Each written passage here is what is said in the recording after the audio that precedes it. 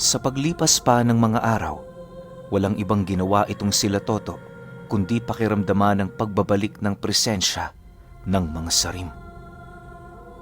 Habang sila'y nananahimik, pansin na pansin naman nila noon ang iilang presensya ng mga aswang na umaaligid. Para sa kanila, pangkaraniwan lang ang ganoong pangyayari lalo pat may iilang buntis sa kanilang baryo.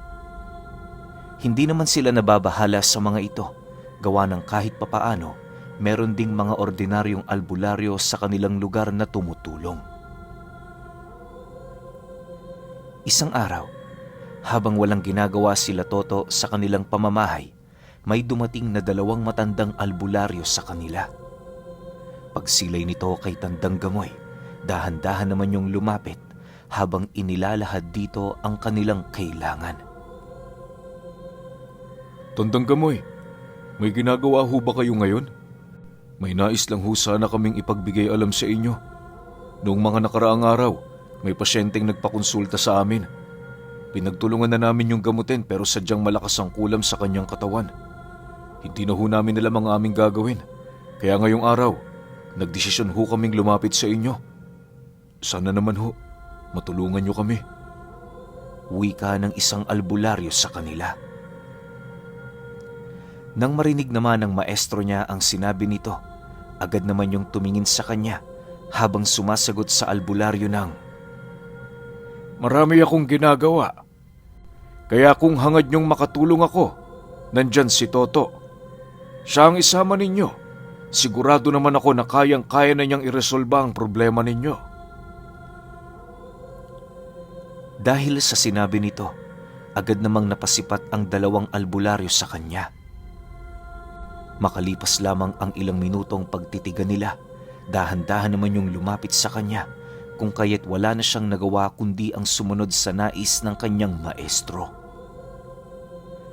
Bago nila nilisan ang lugar na yon, kabilin-bilinan niya sa 2 na anuman ang maririnig nito sa kanya, ipangako nilang wag nila itong bibigkasin o gagawin.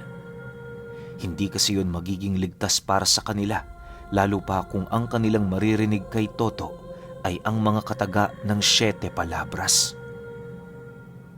Pagsang-ayon ng 2 albularyo sa kanyang sinabi, hindi na nga sila nagsayang pa ng oras na tumungo sa bahay nito.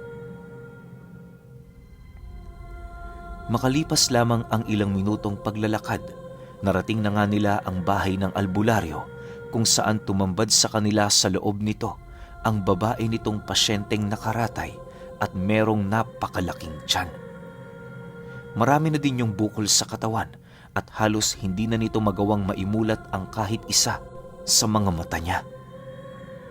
Ang mas ikinabahala pa noon ni Toto ay nang masipat niya ang napakalaking bukol nito sa likod. Hindi niya mawari pero sa amoy at estado ng bukol na yon, masasabi mong may mga namamahay roong insektong hindi basta-bastang nasisipat ng mga ordinaryong mata ng tao. Dahil sa mga bagay na kanyang nakita, doon niya napagtanto na walang balak ang mangkukulam na gumagambala dito na buhayin ito.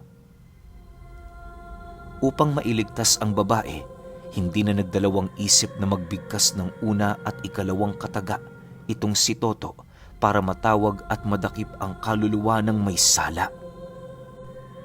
Pagkabigkas niya ng mga katagang yon, dahan-dahan naman niya itong iniihip sa katawan ng babae at kasabay nito ang bigla nitong pagtaas ng kanyang balakang sa higaan habang umaangil ng napakalalim.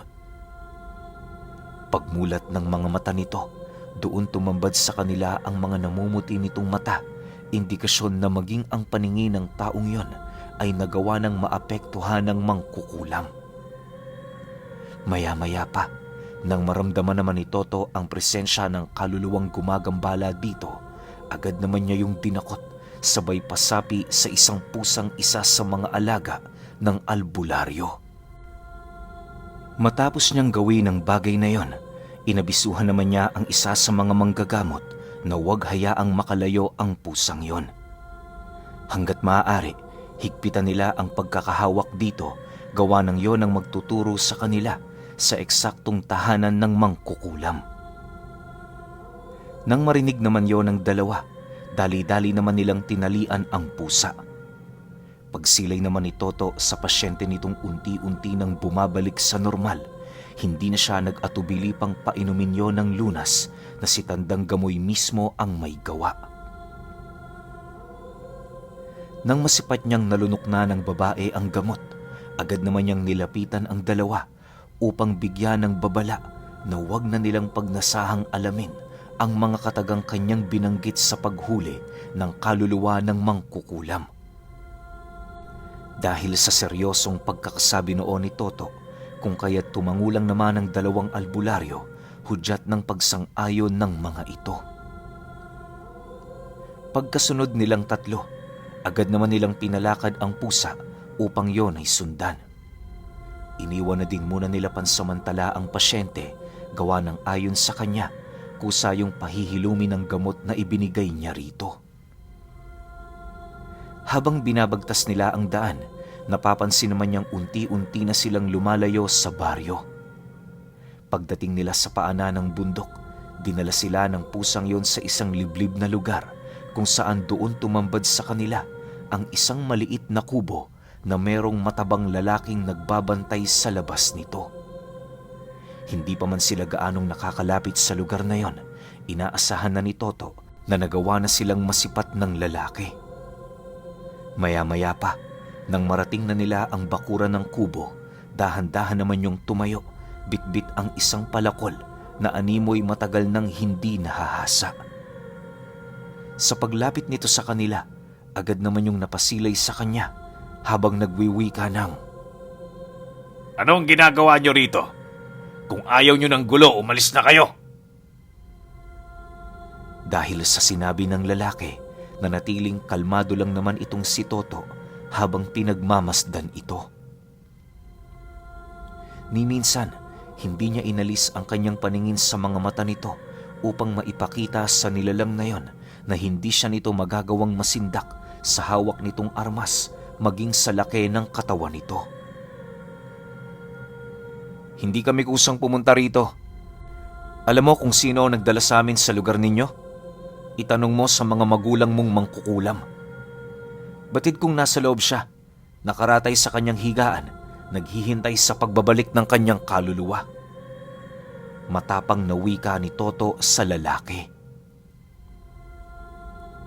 Matapos nitong makapagsalita, hinayaan lang naman niya ang pusa na pumasok sa loob ng kubo sa kadahilan ng kahit anong gawin nito, wala naman yung magagawa para makabalik sa kanyang totoong anyo.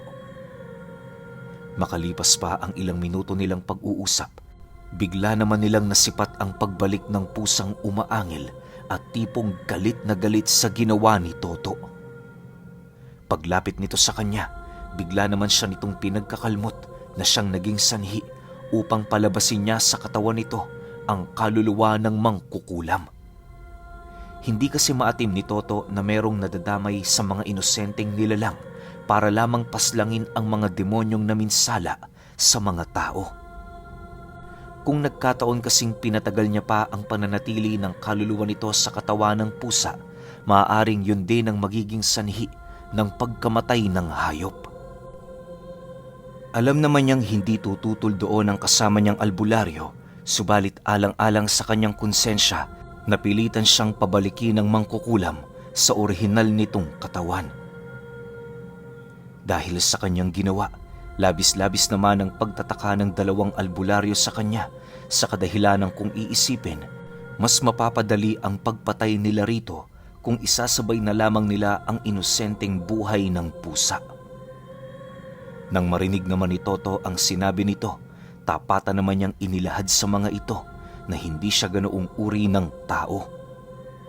Kung hangad niyang pumatay ng kalaban nila sa paniniwala, mas pipiliin niyang patayin ito nang walang nadadamay.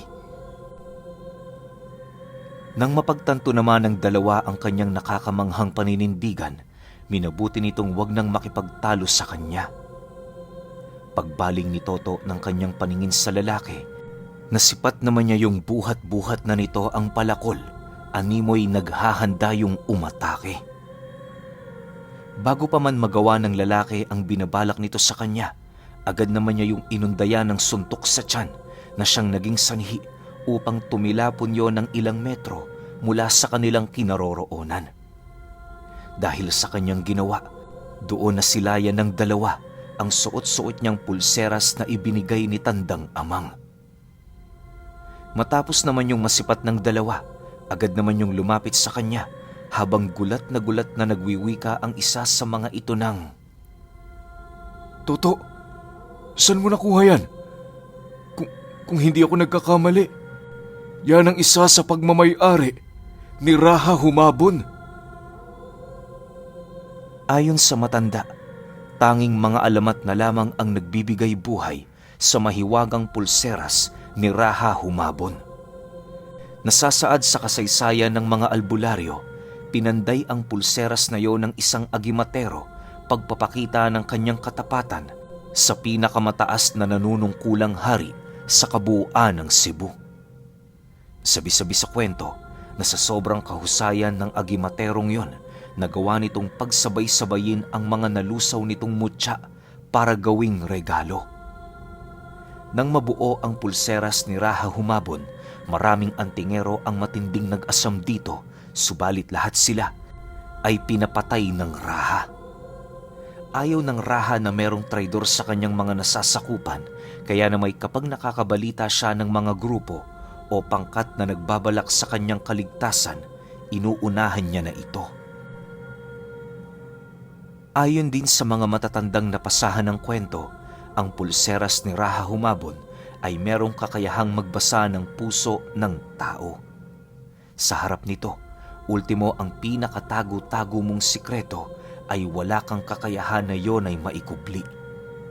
Hindi lang din sa ganoong kakayahan nagwawakas ang abilidad ng pulseras, gawa ng kaya din itong ikubli sa anino ang nagmamay-ari sa kanya, at kapag nasa kasagsagan naman ng gera, may kakayahan niyong magbigay ng kalasag, kabal, malakas na pangangatawan at mga kakayahang may pagkakahalin tulad sa mutya ng saging, kampana, buwan at tubig. Mariin ding inilahad sa kanya ng matanda na sa tinagal-tagal na nilang nabubuhay sa mundo, kailan may hindi nila inaasahan na makikita nila ang pulseras ni Raha Humabon gamit-gamit ang kanilang mga mata. Matapos naman niyang marinig ang sinabi nito, doon niya sinubukang gamitin ang abilidad ng gamit. Pagsilay niya sa dibdib ng dalawang albularyo, laking gulat na lamang niya nang maramdaman niyang nagsasabi yon ng totoo. Sa pagpapatuloy ng ganoong pangyayari, hindi na nila napansin ang lalaki at ang mangkukulam na kanilang katunggali. Nabaling lamang doon ang atensyon ni Toto nang maramdaman niya ang pagtalbog ng palakol dahil sa ginawa ng lalaking paghataw sa kanyang likod. Sa muling pagsilay ni Toto sa mga nilalang na yon, walang pag-aatubiling binato niya ng unang salita ng 7 palabras ang mangkukulam. Pagbalot ng katagang yon sa katawan ng nilalang, pilit naman yung lumuluhod sa lupa habang patuloy yung sumisigaw. Hindi naglaon dahil sa bigat ng bisa ng salita, wala na yung nagawa kundi ang mapadapa sa lupa na parabang may nakadagan doong napakabigat na bagay. Siyempre, kagaya ng mga nagdaan niyang kalaban, nagpupumilit ding magpumiglas ang nilalang na yon, pero hindi naglaon, wala na din yung nagawa kundi ang mamatay sa ganoong estado. Pagsilay naman ng lalaki sa ginawa ni Toto sa ina nito, mas lalo pa yung nanggalaiti sa galit na parabang lahat ng aksyon nito hindi na kontrol ng kanyang sariling pag-iisip. Sa bawat paghataw nito ng palakol sa kanya, paulit-ulit lamang yung tumatalbog dahil sa bisa ng pulseras ni Raha Humabon. Sinubukan din siyang kaladkarin ng lalaking yon pero ultimo kalahating dipa, hindi siya nito nagawang mapausog. Nang marindi na si Toto sa ginagawa nito, mahinahon naman niya yung inihipa ng ikalawang kataga na siyang naging sanhi upang mapaluhod yon sa kanyang harapan. Hindi naglaon dahil sa bigat ng nararamdaman ng lalaki, itinukod na din ito ang hawak-hawak nitong palakol, subalit hindi pa rin yon sapat para mabasag ang bisa ng kataga ng 7 palabras. Makalipas pa ang ilang minuto, pagninig ng katawan nito, bigla naman yung bumagsak sa lupa, pilit iniaabot ang paa ni Toto na parabang naghahangad pa rin yung makipaglaban. Subalit dahil sa kawalan ng lakas ng katawan nito, hindi na rin nakayanan ng nilalang ang presensyang kasalukuyang nakadagan sa katawan niya. Maya-maya pa, doon na dahan-dahang lumabas sa bibig nito ang pinakahuling hininga ng kanyang buhay. Pagbagsak ng kamay nito sa lupa, yun na ang hudyat para kay Toto para talikuran nito. Sa pagbalik ng katahimikan sa paligid, muli niyang inabisuhan ng 2 albularyo kung gaano kapanganib ang mga katagang kanilang naririnig. Bukang bibig niya rin sa mga ito, huwag na nila yung susubukang bigkasin kung ayaw nilang mapahamak. Kabilin-bilinan pa niya, tanging mga taong may biyaya lamang ang may kakayahang magbigkas ng 7 palabras. Patawarin niyo ho sana ninyo ang pamamaraan ng paglalahad ko. Wala akong ibang hangad, kundi ang mapabuti kayo. Kung makakaramdam kayo ng pangliliit sa inyong sarili, hindi ko na yung problema. Basta ang mahalaga, alam nyo ang magiging kahihinatnan kung susubukan yung gamitin ang karunungang yon. Hindi ko to ipinagdadamot. Gamitin nyo kung kaya nyo. Wika nito sa 2. Matapos niyang mailahad ang tungkol sa bagay na yon, agad naman silang bumalik sa tahanan nito. Pagdating nila sa silid na kinaroroonan ng pasyente ng matanda, napansin naman nila ang dahan-dahang paghumpak ng katawan ng babae. Nagagawa na rin itong imulat ang kanyang mga mata na siya namang labis na ikinatuwa ni Toto. Nang mapagtanto naman niyang tapos na ang kanyang trabaho, agad naman siyang bumalik sa kanilang tahanan. Pagdating niya roon, nadatnan niya ang kanyang maestro, nag-aayos ng barahang kalimitang ginagamit nito sa panghuhula ng mga mangyayari sa hinaharap. Pag-upo niya sa harapan ni Tandang Gamoy, napasilay lang naman ito sa kanya habang abala ang mga kamay nito sa pag-aayos ng baraha. Paglapag ng mga barahang yun sa mesa, bigla naman itong nagwika sa kanya ng, "Mamamatay ang 2 albularyong tinulungan mo. Huwag kang malulungkot sa pagkawala nila, sapagkat nangahas silang gamitin ang mga karunungang pilit mong ipinagbabawal sa kanilang gawin. Silang may kasalanan, hindi ikaw." Pagkaraan ng ilang araw, nangyari nga ang hula ng maestro niya. Yung 2 albularyo, nadatnan sa kanilang mga tahanang wala ng buhay, namumuti ang katawan at animoy wala na yung dugo. Ang mas ikinagulat pa ng mga taong kumuha sa bangkay ng mga ito ay ang pagiging marupok ng katawan nila na animoy wala na yung mga buto. Matapos naman itong mabalitaan nilang 2, nagtirik lang naman silang 2 ng kandila sa labas ng kanilang tahanan at nagdasal. Naniniwala sila, yon ang magiging gabay ng 2 kaluluwa patungo sa buhay na walang hanggan.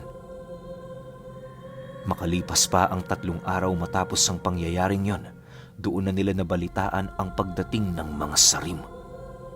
Sa estado ng presensya ng mga ito, inaasahan na nila Tandang Gamoy na binubuo yon ng malaking grupo. Sa pagsapit ng araw ng Biyernes, habang naglilinis sila ng bakuran ng kanilang tahanan, doon nila nasilayan ang isa sa mga ito na naglalakad sa palayan. Noong una, inakala nilang nagmamasid lamang ang nilalang na yon, pero nang mapansin nilang papalapit na yon sa kanilang kubo, doon na sila dahan-dahang naalerto.